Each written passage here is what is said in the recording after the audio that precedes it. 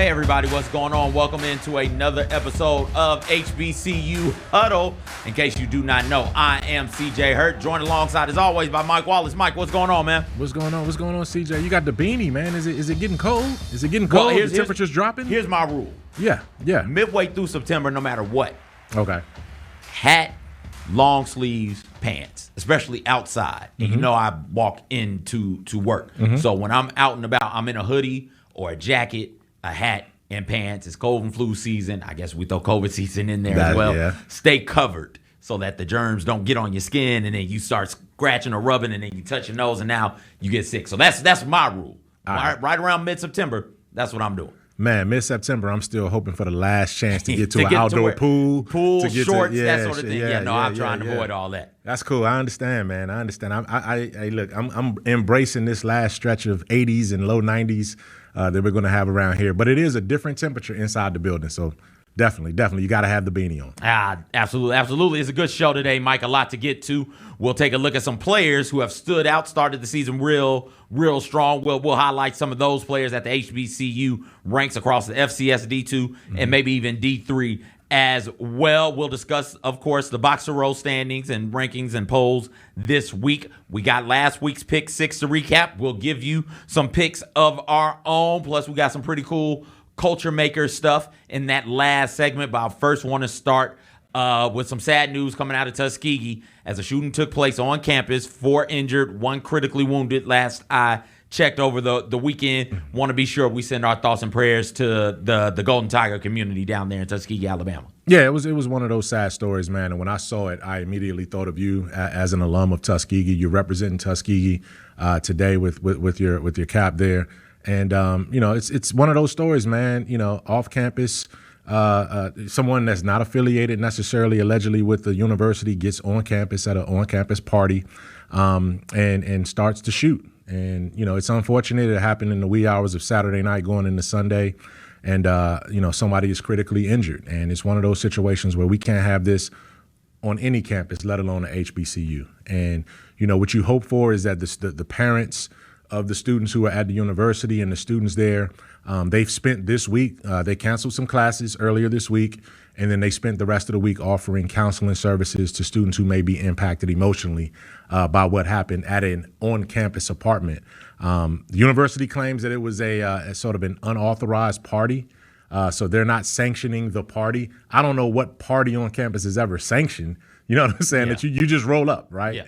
And but having said that, there's some liability issues, I'm sure, was the reason for that kind of language. But at the end of the day, man, thoughts and prayers, as you said, to the Tuskegee community down there as they try to move forward from this tragic incident that happened with the shooting. I think all parties involved, I think I'd have to double check the people who were shot and the person doing the shooting. I believe all of them were not students. That's the story that I get if I'm remembering it correctly. And listen, man, you and I were both in college at one point in time.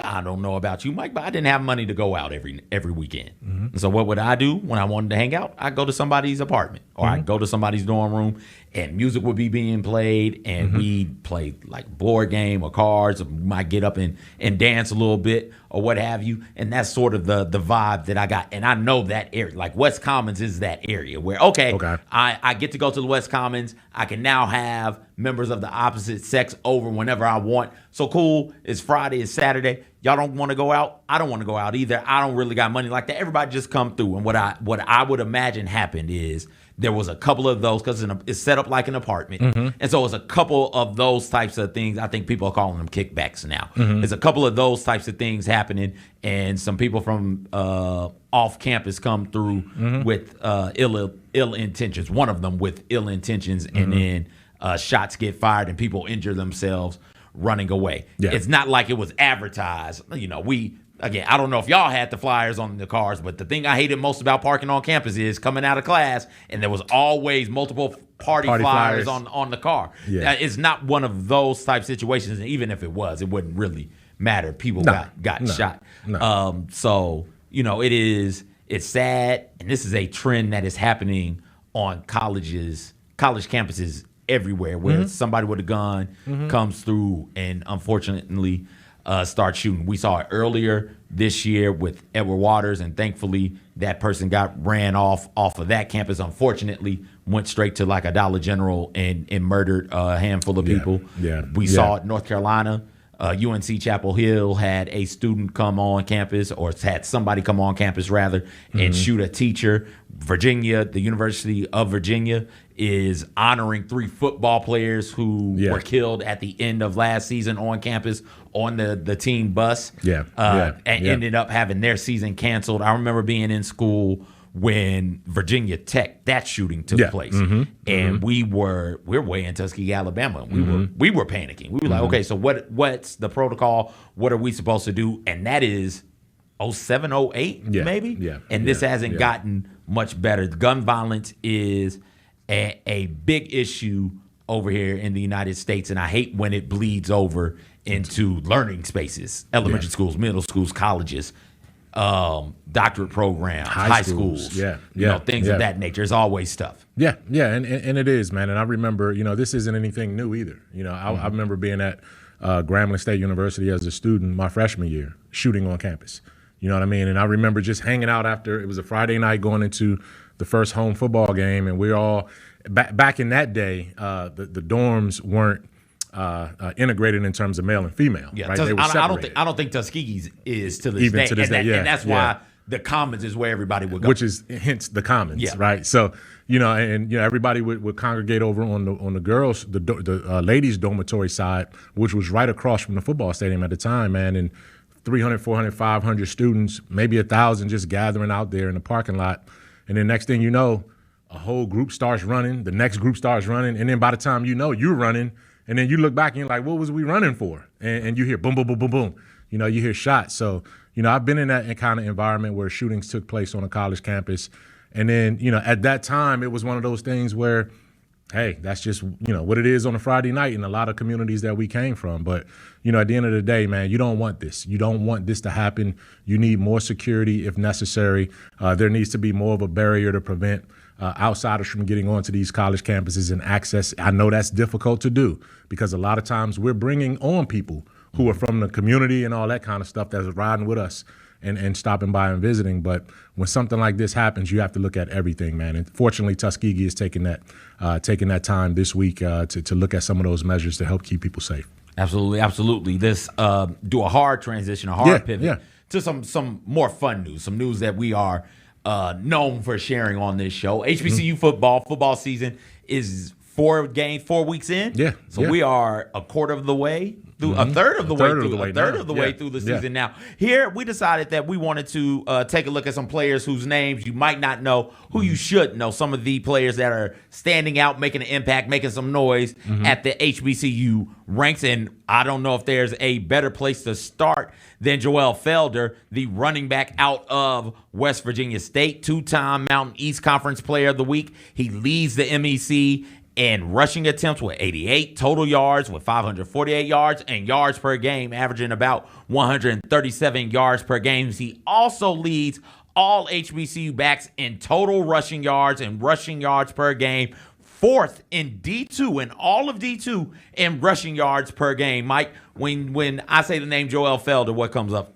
What comes through your mind? Just a beast of a running back. I mean, this is a guy that is one of those transfers. He came down from the FBS level, transferred into West Virginia and West Virginia State, and is really putting that program back on the map again with the way that they play. They don't get a lot of hype and hoopla. They're outside of the SIAC and the CIAA, which are the 2 conferences that we talk primarily about on the HBCU Huddle.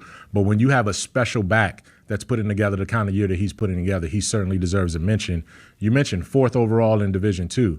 I looked at every division. He's 9th overall and across division? In NCAA across division. So his average 137 a game that he's toting on the ground is 9th best in the country at Division I, II, and III. So all of college football in the NCAA ranks, he's 9th overall in rushing. So keep an eye on him early this season. And they're having a pretty good season. They're 3-1 on the season. 3-1, yes. And he's a large reason why. Absolutely. Terrell Gardner got a chance to watch him play this week in a really, really bad, sloppy game for Alabama A&M and Arkansas Pine Bluff. But he stood out. He's one of those players that absolutely jumps off the screen when you watch the Bulldogs play. He's 15th in all-purpose yards in the FCS. He leads all FCS HBCU players in all-purpose yards per game with 131.5. He's top 10 in the FCS in combined return yards with 293. Week 2 SWAC Specialist of the Week. And the way that they use him on offense, they can't get him the ball fast enough. Just find a way to get this dude the ball. Yeah. Coach Maynard and that Bulldogs offense is like, yo, when's the last time we threw him the ball? When's the last time we ran a bubble screen? Can we get him on a slant? What can we do to get him involved in the play? He's also got over 100 yards receiving on the season as well. He concerns me. Bulldogs, big-time matchup against my Golden Tigers this week, Mike. That's a big-time game right there, and he's up front and center. He reminds me a lot of sort of a smaller version of a Debo Samuel in terms of how they try to get him the ball in a lot of different spaces. And also a little bit of a Tyreek Hill in terms of what he's able to do once he catches the ball. So when you add all of that up, my reference was going to be a Peter Warrick, but that's a sort of a dated reference in terms of, going back 20 years now to what I saw when I covered Florida State back in that day. But this is the kind of guy that get the ball to him and wait for great things to happen. A lot of great things hadn't happened yet for Alabama A&M, but he's one of the reasons that's going to help turn their season around if they take it from here. Oh, Rowland. Yeah, Chris Rowland. Tennessee State, Deacon Jones Trophy winner. It's trophy, right? I'm pretty sure it's trophy.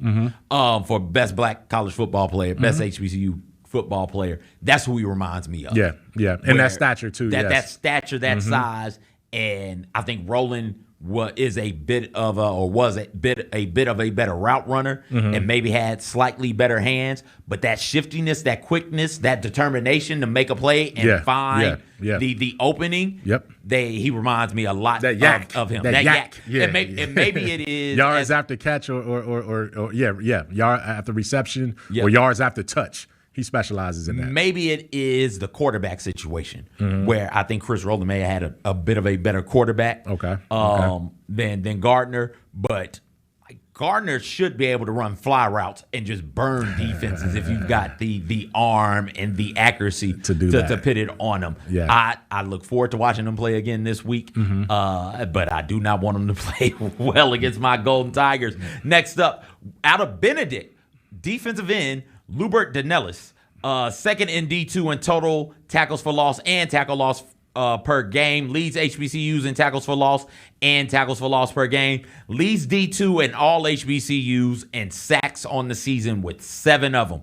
Mike, this Benedict defense is stacked, and they are great once again. Yes, and he is a part of the reason why they've got a couple other standout defensive linemen. I think they got another standout defensive end on the other side, but he is absolutely the engine that helps that defense roll. You can't block him. You can't block him on that level. He's probably not even supposed to be playing down on that level, but he's been dominant for a long time. This is the second straight year that he's been performing at an All-American level, not just strictly an HBCU All-American level, but an NCAA All-American level for Division II ranks. And this is a guy who was the preseason player of the year for the SIAC. So, I mean, when you come in with that kind of resume and they still can't block you, every game they're scheming for you, and you still can get into that backfield and get pressures and tackles for losses and sacks, that just tells you the kind of dominant force that this young man is, and hopefully he could continue to trend along those lines for Benedict and get himself into some camps and some combines and get some NFL eyes on him in a scouting round, because I think he's a guy that's potentially capable of playing at the next level. That was Farmer last year for Lane. Yep. And everybody knew where he was on the field. And Andrew Farmer II. Farmer II. And I watched Lane play a handful of times. I watched them specifically here live in person play against Tuskegee last year, and it was very clear. Tuskegee not only shifted the line his way, but double-teamed him as well to try and keep him out of as many plays as possible. And it to an extent, it worked. It did. That hasn't been working for my man right here. It has not been working for those teams who go up against Benedict. He's still finding a way to get in the backfield, still finding a way to make plays. Tackles for loss, sacks is good to see. disruptions. Just so disruptive. Yeah. So disruptive. We take a look at Alabama State. Keyshawn Johnson, not that Keyshawn, the different Keyshawn. Alabama State second in the FCS in receiving yards per game. 100-plus receiving yards in every game this year. 8 catches per game. 5th in all of the FCS. One of the great receivers we have at the HBCU level right now. Just a pure receiver. Somebody who you know is going to step on the field, not only take the tops off of defenses, but also make solid route running decisions and help move the chains, keep them moving. He's a great possession receiver, a great possession threat as well. And the frustrating thing about that is that for as productive as he is, Alabama State still hadn't had that signature breakthrough yet this season. They're a middling team, right around 500 through the first month of the season. I expected them to be a little bit better. The season is still ahead of them. They still have a chance to get some wins. But at this point, they have to overcome a sluggish start overall offensively by getting the ball to this guy, putting him in positions, limiting the turnovers, and then continuing to play, because that's what's been hurting them. Turnovers, and they're in close games, but just turnovers are hurting them right now from the offensive side because they're not getting him the ball enough probably.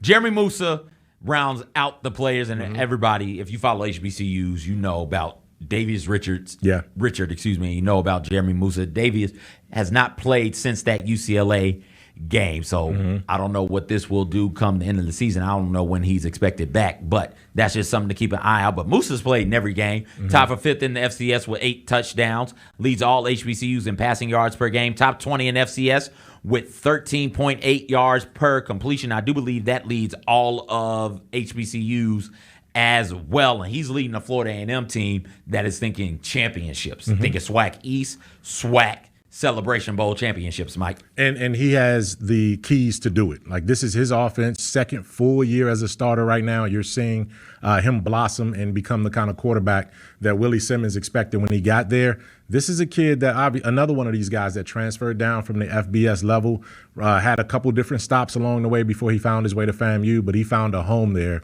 and he is basically unstoppable. They figure out a way to win games. They were sluggish against West Florida a couple of weeks ago. That game shouldn't have been as close as it was early. Then they kicked in and took off. We saw them come out with a great start against Jackson State at the beginning of the season. You know, this is a team right now that's rolling, and you know their season is looking like it's going to end, as you said, in a championship if they keep this up, and it's because of him and that stout defense, because they have it on both sides of the ball. And Musa is, like I said, when I saw him at SWAC Media Day, he came in with this aura, this smile on his face, this confidence.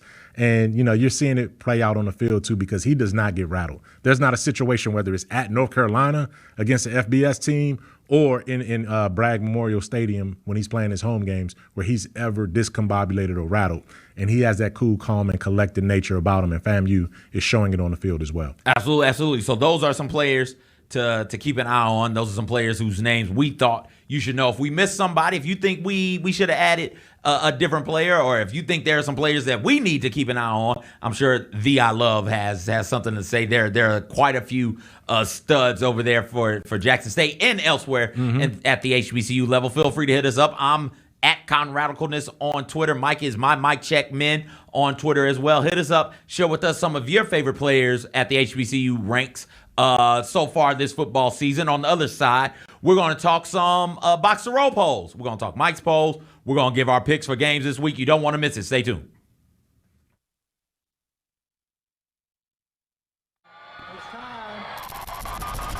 Live across North America, Adam Sandler.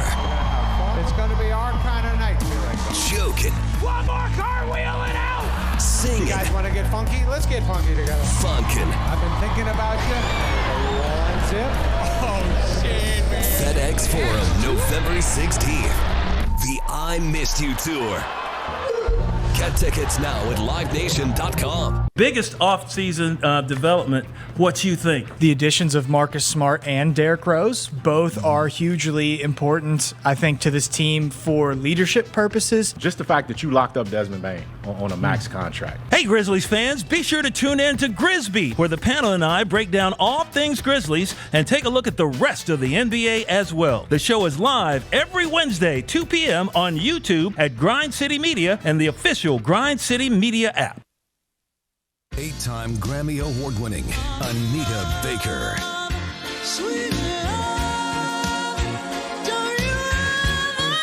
Anita Baker, the songstress, live in concert. For one night only. FedEx Forum, November 22nd, 2023. Get tickets now at livenation.com. Don't miss your chance to see the legendary Anita Baker live in Memphis. Everyone's favorite shoe is a friggin' Travis Scott. I feel like everyone loves these shoes. Not these ones, but there's another Travis Scott collab released or scheduled for 2024. Can you hear the excitement in my voice? They are doing everything they can to build up the hype. I think these are going to flop. I think these are so ugly. Flopperooski. The Sneak Fest Show, live Tuesdays at 2 p.m. on YouTube at Grind City Media and the official Grind City Media app.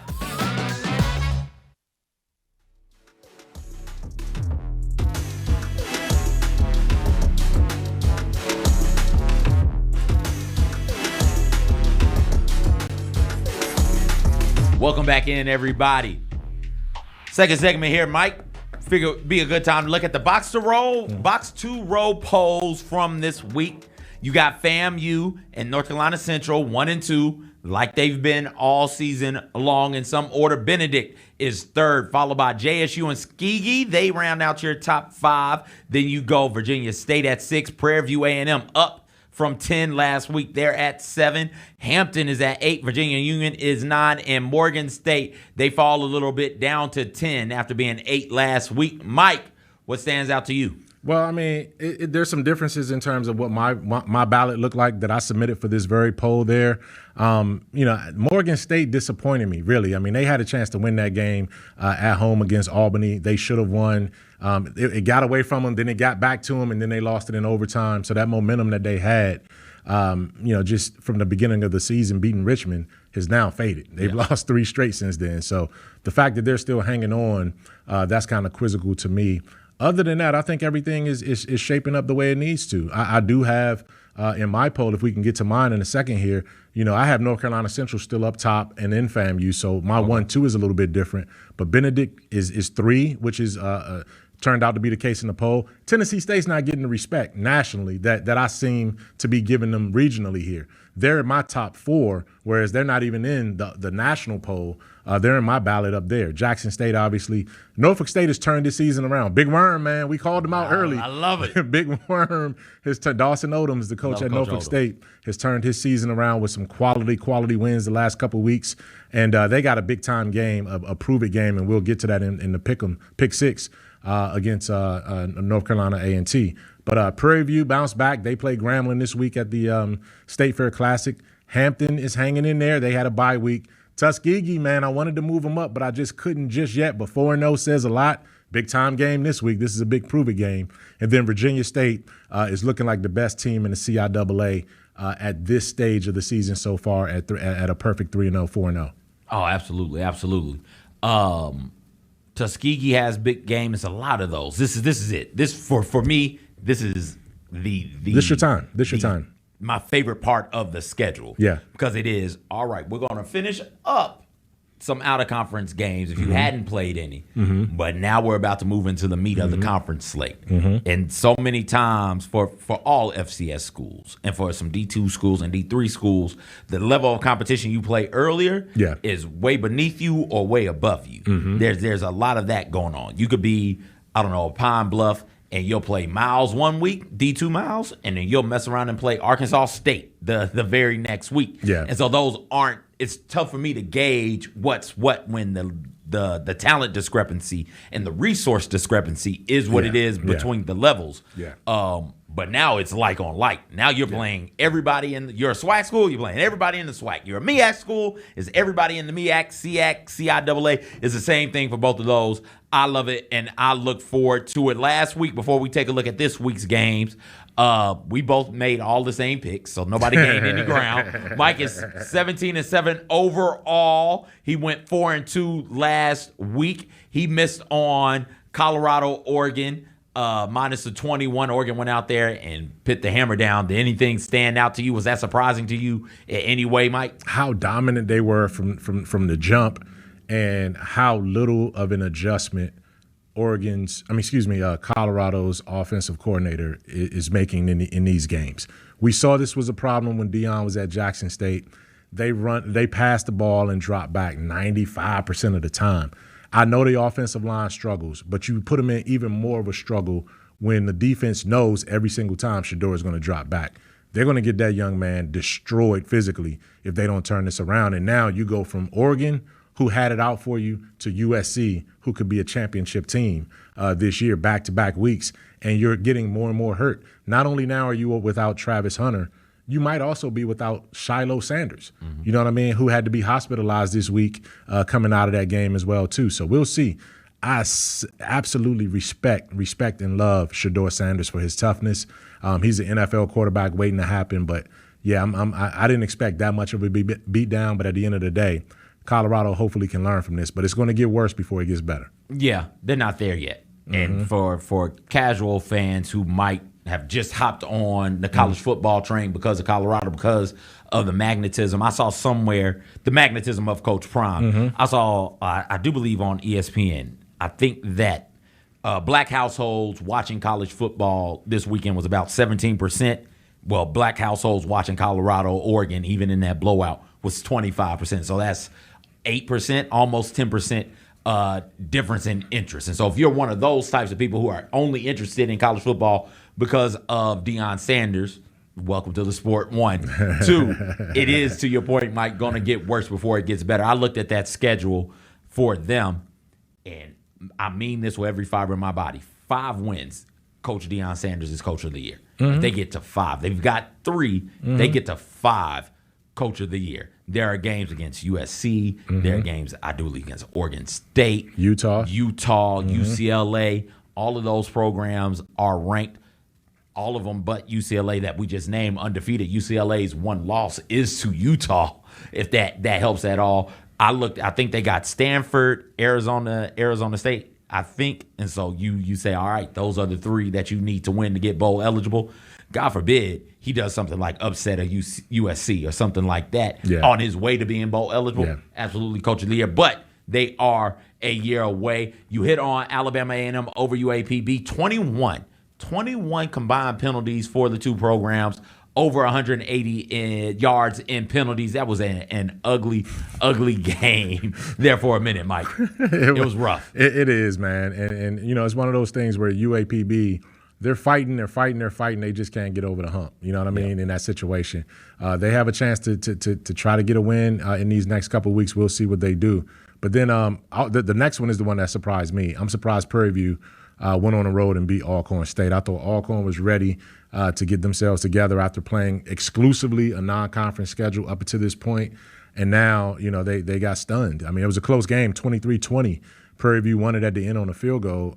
But kudos to Prairie View. It taught me more about Prairie View than it did about Alcorn State, and I was wrong on that one for sure. Prairie View A&M has a chance to be set in the conference, be in the driver's seat of that division with a win, potential win this week. We'll talk about that more in a minute. FAMU takes care of business over Alabama State. Alabama State, we talked about it, Mike, you pointed out, not the start that some of us envisioned for them, but it is what it is. FAMU continues to roll. No question about that. That's just what they are, especially when they're playing at Bragg Memorial Stadium, where they have the nation's 3rd longest active home winning streak. That tells you they don't lose at home, and they're not losing many on the road either. North Carolina Central took care of business. It was expected up at the Circle City Classic over Mississippi Valley State. Valley is playing all these classics. They were in Chicago 2 weeks ago, had a horrible experience off the field that they talked about and kind of made some headlines because of the way they felt they were treated in some of the accommodations. And then they go to Circle City, Indianapolis, and play in one of the best and most professional venues that you can up there in the stadium where, you know, the Indianapolis Colts play. But they just don't have enough right now. North Carolina Central cruise without even their All-American quarterback. And then, hey, man, Tuskegee took care of business. Barely. It took care of business, man. That was an OT game too, wasn't it? I think double overtime. Yeah, man. That's what happens when you. I promise you. Just win, baby. Just win. Kentucky State. Those are places for a SEAC school, a good team. Yeah. A good team in the SEAC. That's where your season goes to die, those two places. Jackson, Tennessee, and wherever Kentucky State is. That's where they go. I can't tell you how many times I've seen a SEAC team be rolling, or hell, anybody be rolling. Tennessee State last year. Yeah. And they end up coming across the Dragons or Kentucky State, and they end up falling. Taking an L, like, how? Why? And okay, all right. Yeah. Now Lane has something going. And then Lane just messes around and loses 3 or 4 games the rest of the way. And they had their game early. Tuskegee had to come back and fight and take it, man. And credit to Tuskegee, because you're building. When you're undefeated in the last 5 minutes of the fourth quarter, you say, look, we're supposed to win.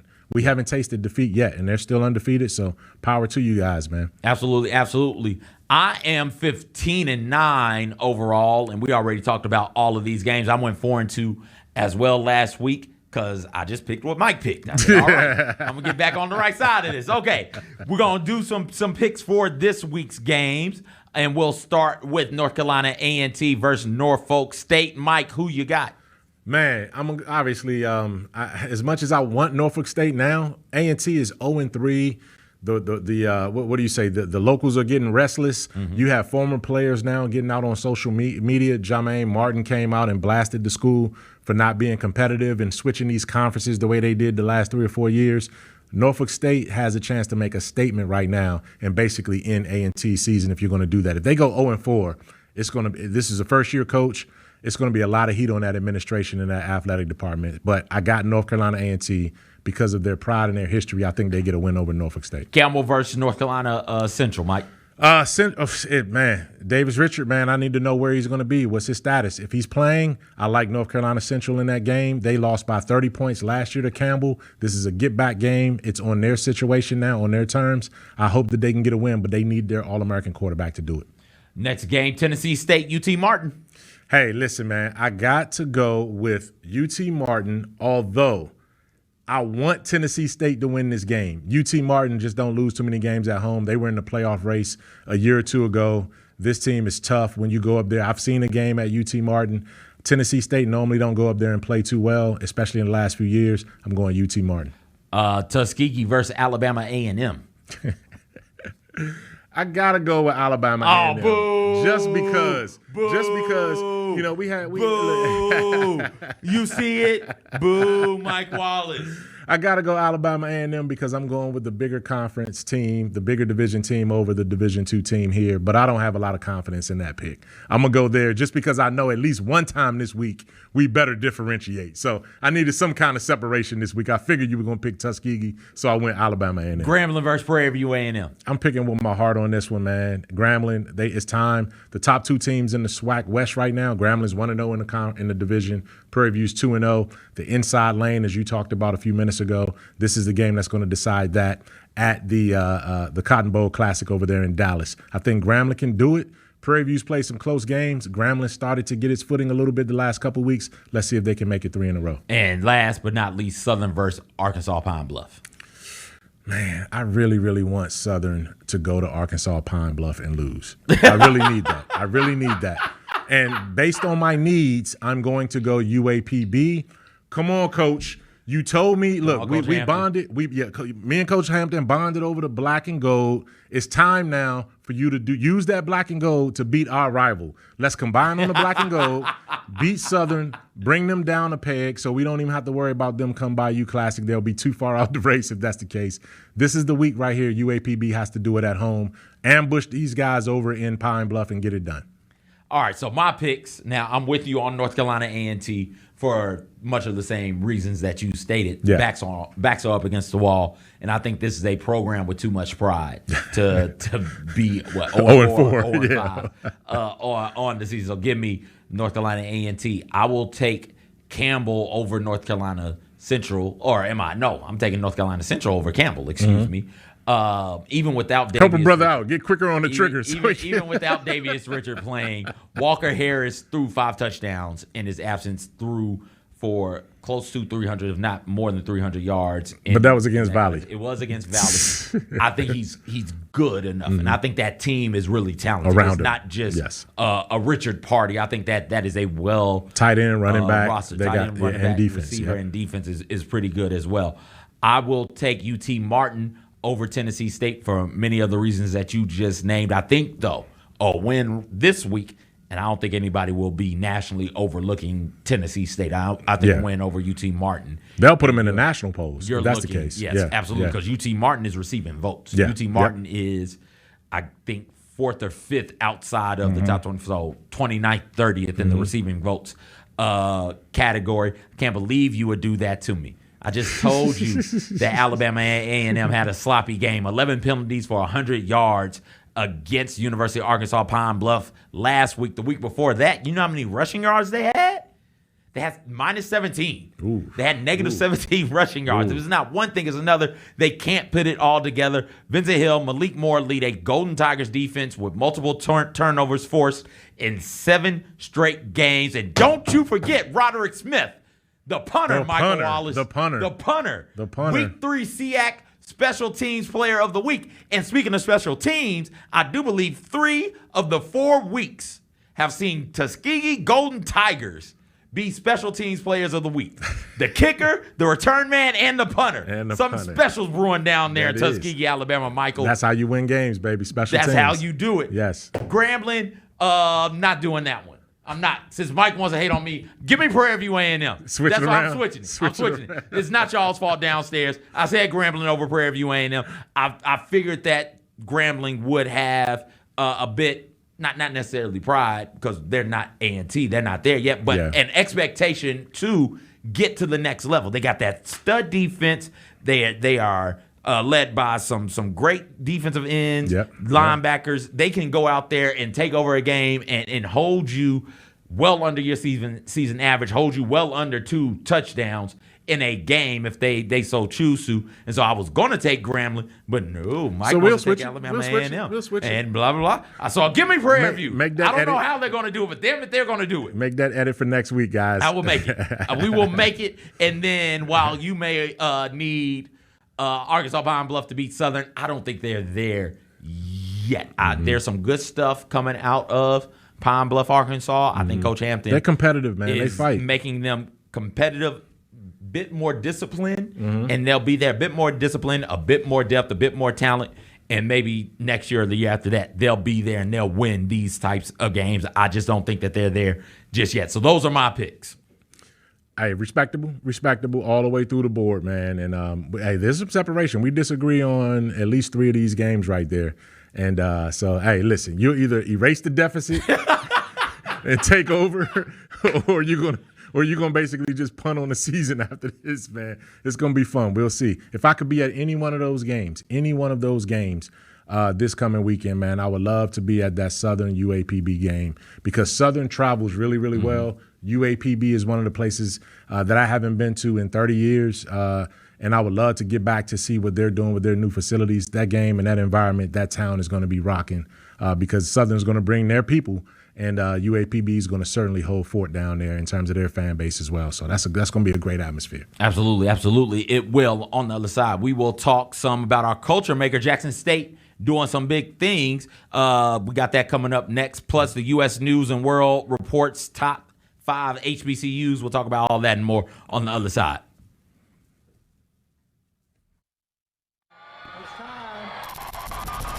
Live across North America, Adam Sandler. It's going to be our kind of night. Joking. One more cartwheel and out. Singing. You guys want to get funky? Let's get funky together. Funkin'. I've been thinking about you. One zip. Oh, shit, man. FedEx Forum, November 16th. The I Missed You Tour. Get tickets now at livenation.com. Biggest off-season development, what you think? The additions of Marcus Smart and Derrick Rose, both are hugely important, I think, to this team for leadership purposes. Just the fact that you locked up Desmond Bain on a max contract. Hey, Grizzlies fans, be sure to tune in to Grisby, where the panel and I break down all things Grizzlies and take a look at the rest of the NBA as well. The show is live every Wednesday, 2 p.m. on YouTube at Grind City Media and the official Grind City Media app. 8-time Grammy Award-winning Anita Baker.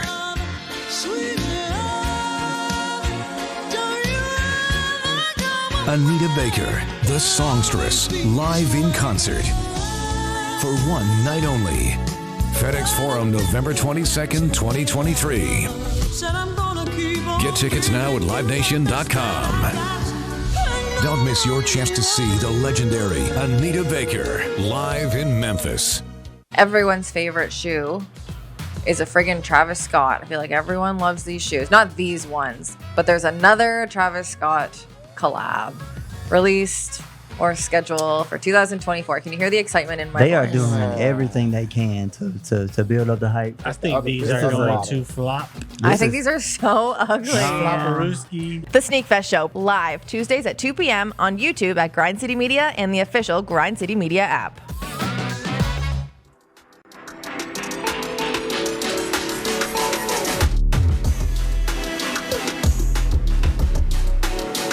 The U.S. News and World Report came out looking at top colleges in the United States. They also looked at top HBCUs, not just PWIs, but HBCUs as well. They unveiled their top 5 list, and it, for me, Mike, since I've been cognizant of this list, it's the same cast of characters. Spelman, I think Spelman's riding a hell of a streak here. They are. Howard is 2nd, FAMU 3rd, Tuskegee is 4th, Morehouse 5. Mike. Yeah. And you know what, man? When you sent me this and we previewed the show and went over this topic, I had to scroll a long damn way to get to my school, man. Like I was like, hold on, yo, man, Grambling was all the way down in like 47 or something like that, maybe even 67, depending on how many numbers there were. And what they base this on, and correct me if I'm wrong, CJ, but it's a lot of factors that go into rating these schools, test scores, enrollment data, graduation rates, a lot of different things that go into it. And it doesn't surprise me that you have a lot of private schools in the top 5 because the selection process is a lot more rigid to get into those. And once you get in, you're typically getting students who are more acclimated to college life, and at least performance academically. But if anybody is looking at an HBCU, go to that report and scroll the list, and you're going to find all the information you need to feel a lot more comfortable about exploring and where you want to go. I was proud to look at that list and see all the schools listed there, no matter what it is: state school, small school, private school, East Coast, South, Midwest area type thing. All of them are in there, and you can find every bit of information you want to make the choice to go to HBCU. Absolutely. And in Tuskegee, top 5. Tuskegee, top 5. Top 5, yeah. Top 5. Yeah. Number 4. No shame. As long as they're ahead of Morehouse, I don't care where they are. That's all that matters, baby. Morehouse, Clark, got to find a way to be ahead of Spelman, and we're all to the good. You're not going to beat out Spelman and Howard right now. Spelman, Howard, FAMU, Hampton, those schools are just going to be entrenched. Tuskegee, those are going to be entrenched there because they just have some magical, amazing programs, first and foremost. And then when you add in where they're located, you can't go wrong, man. Those are awesome, some special universities. But a couple of the schools that made the top 10, I had visits to, coming out of high school and athletic visits to go play. But for whatever reason, man, I was just infatuated when I went all the way 1,600 miles away and saw Grambling's campus, man. But if I had to make the choice again, I would go to Grambling again. But at the end of the day, you can't go wrong by throwing a dart at that list, and wherever you land, you're going to be in a special environment. Absolutely. Speaking of special environments, Jackson State, still special. Yep. Always been special. It's not just prime. They were special before. They were special during.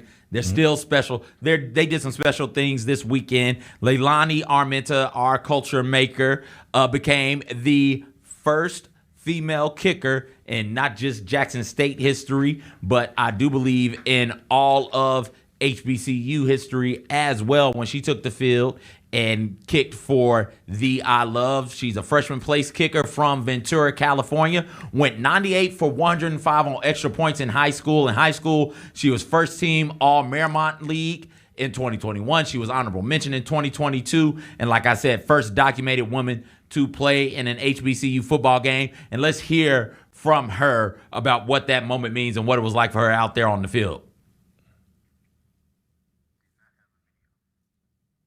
We don't got the video, unfortunately. Well, tell us what she said, CJ. Just basically that, it was an in honor, her voice. It was an honor and a privilege. I'm not going to do her voice, but it was an honor and a privilege. Yeah, to get out there and do that, and she appreciated the opportunity. And this isn't so many times you see these types of things happen, and people will jump on it. Oh, it's a gimmick. Oh, they're just trying to do blah, blah, blah, blah, blah. I don't want to use the W word because I get so annoyed when people use the word woke. Like it's a negative thing or what have you. Like it's a try hard type of situation where, oh, y'all are just trying to appease to fans or trying to bring more people in from an eyeball standpoint. This has nothing to do about the game. Well, Jackson State suffered injuries, big time injuries, and Matt Noel and Gerardo Beza, who've been handling punting and kickoff duties. Beza was injured in the game against Texas State. Noel was hurt in practice last week, and so TC Taylor, Coach Taylor, was looking around like, yo, we need a kicker. Do we got anybody? And went to the woman. Anybody played football in high school? Anybody kicked in high school? Went to Jackson State's soccer team. She played soccer for Jackson State. She said, yeah, I kicked in high school. And TC said, okay, cool. Come kick for us. And she had a well-executed pooch kick and had a couple other kicks as well on kickoffs. So hats off to her. Hats off to her, and this was out of necessity, right? This wasn't him trying to make history or him trying. As you said, they had some devastating injuries in the kicking game. HBCU kickers, I mean, there's just not a lot of depth in that position anyway to begin with. And then you mentioned two of the guys that got hurt. The third guy went with Prime to Colorado, right? The other kicker. And so he didn't have a lot there. And, fortunately, he opened it up. She came out, worked out, and deserved it. And, when you put someone in that position and they execute and exceed, you always have to be proud of that. And, again, it's a white female at a historically black university. You don't not see that, right? You don't not notice that part of it. And you're wondering, okay, well, were there any, African Americans or blacks or whatever? But that part of it is not as important as who I have available, who's willing, who's capable. And if that's what you need in that moment, she did a remarkable job. My only concern, though, is that as a competitor on the field with her, are you putting her at risk if there's a return? And is she going to be able to contribute to kickoff coverage? You know what I'm saying? If somebody breaks and are you putting her in harm's way physically? Because of that. But if not, and if she is capable of doing all of the job that comes with being a kicker, including being a football player in kickoff coverage, then hey, listen, I'm all for it, man, and I want her to continue to be successful. I think she's non-black. I'm not sure if she's white. Okay. But I don't know her ethnic breakdown. We see white kickers and at the HBCU level all the time. We see white baseball players. We see hell, we had a whole white team in the CIAA for a long time. Okay. And Chowan. Yeah. And so that's fine. It's about opportunities being given and people making the most of them. And she made the most of hers. If your kickoff, they have struggled on kickoff coverage. Let me be clear. Jackson State has. They struggled particularly against Texas State. When the two played. If your kickoff team is banking on your kicker to make a tackle, you're in trouble. You're already in trouble. You got other problems, dog. You've got big issues. You're already in trouble. You're already in trouble. Yeah. All right, that'll do it for this week's episode. Thank you guys so much for hanging out with us. You can catch last week's episode or any episode on the Grind City Media app, and guess Grind what's coming, City man? Media YouTube channel. Homecoming season. Homecoming season is coming. Homecoming season is coming. Yes. Homecoming season. I love it. Thank you guys so much for listening this week. Go back, check out other podcasts, and check out any other podcast, not just this one, Sneak Fest, Jessica Benson Show, Chris Vernon Show, all of the shows on the Grind City Media app. That'll do it for us. For Mike, I'm CJ. Everybody take care.